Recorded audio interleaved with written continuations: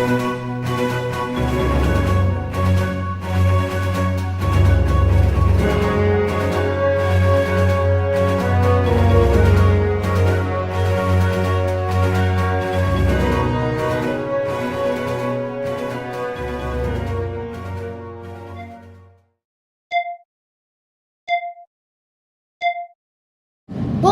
ce soir on se retrouve pour le téléjournal du Millénaire News des 6 heures. Ce soir au programme, l'hélium disparu d'ici 30 ans, le Critérium 2018, trafic de drogue au Costa Rica, trouble détesté mondialement, résultats sportifs et pour finir la météo. Allons voir Augustin pour cette nouvelle. Augustin, comme ça l'hélium va avoir disparu d'ici 30 ans? Oui, en effet. L'hélium, HE, est un gaz rare à la fois utilisé dans le milieu scientifique, médical et industriel. Actuellement, ça coûte environ 2 $ pour faire gonfler un ballon d'hélium. Mais, selon le professeur Robert Richardson, prix Nobel de physique en 1996, le prix d'un ballon devrait être au moins 100 $.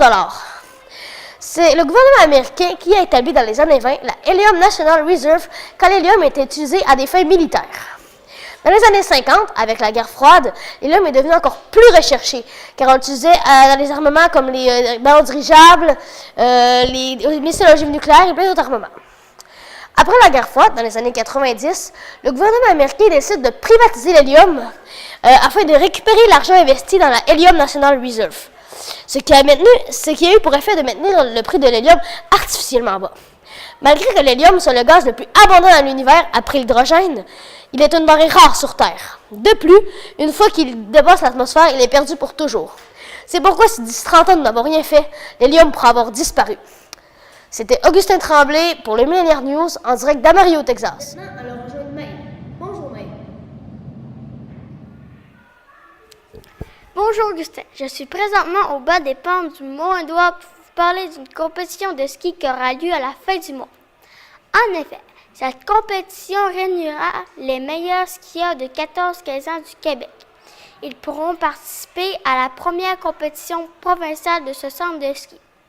Les plus performants de cet événement iront performer au niveau du Canada. Cette compétition s'adresse aux garçons et aux filles. Cependant, l'équipement est obligatoire. Ils devront porter un casque avec des oreilles dures certifiées par la Fédération de ski. Finalement, cet événement sera sous présidence d'honneur de M. Pierre Lavoie. On souhaite bonne chance à tous ces jeunes skieurs. C'était Maë Lapointe en direct du Mont-Édouard pour le Millénaire News. Merci Maïka. Maintenant, Golan nous rapporte qu'au Costa Rica, il y aurait eu un certain Thomas Price qui aurait fait du trafic de drogue et un meurtre. Thomas Price est un trafiquant de drogue depuis l'âge de 18 ans et maintenant il a 40 ans. Il fait du trafic de drogue depuis 22 ans et il en fait au Costa Rica depuis l'âge de 30 ans. Le trafic de drogue représente toute sa vie pour Thomas Price. Le 11 octobre 2007, il a été arrêté pour menace de mort sur des adolescents. Maintenant, il aura une condamnation à vie, voie de fait, menace de mort et meurtre.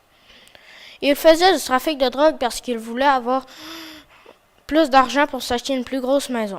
L'individu a les cheveux courts, il était habillé avec un chandail blanc et bleu et il était en possession d'une arme lors du meurtre. Malheureusement, les adolescents qui étaient en voyage au Costa Rica sont décédés.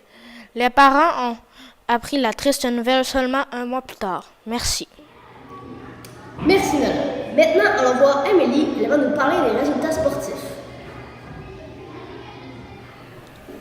Oui, en effet, Augustin, les kangourous de Lanchon terminent 4-2 contre les baleines de Catin, jeudi le 5 octobre à l'Arena Vato de Lanchon. Ils se sont affrontés par un match dont les kangourous sortirent gagnants. Lors de la première période, après 15 minutes de jeu, Carl Laberge marque un but pour les kangourous. Après 5 minutes de jeu de plus, Marc Tremblay marque un but pour faire l'égalité. C'est donc 1-1. Puis, pour la deuxième période, 2 buts sont marqués pour les kangourous et un autre pour les baleines. L'un des 2 buts a été marqué par Olivier Dufour et l'autre par William Lapointe. Celui des baleines a été fait par Vincent Gagnon. C'est maintenant 3-2 pour les kangourous. Au début de la troisième période, Carl Laberge a eu une pénalité pour avoir donné un coup de bâton au visage de Théo Quentin. C'est alors que Claude Martel, des kangourous, marque un but pour les kangourous lorsqu'il reste à peine 2 minutes. Le match est donc terminé 4-2. C'était Amélie Morissette pour le Millénaire News. Merci, c'était le Millénaire News des Sœurs. Merci et à demain pour une nouvelle édition du Millénaire News.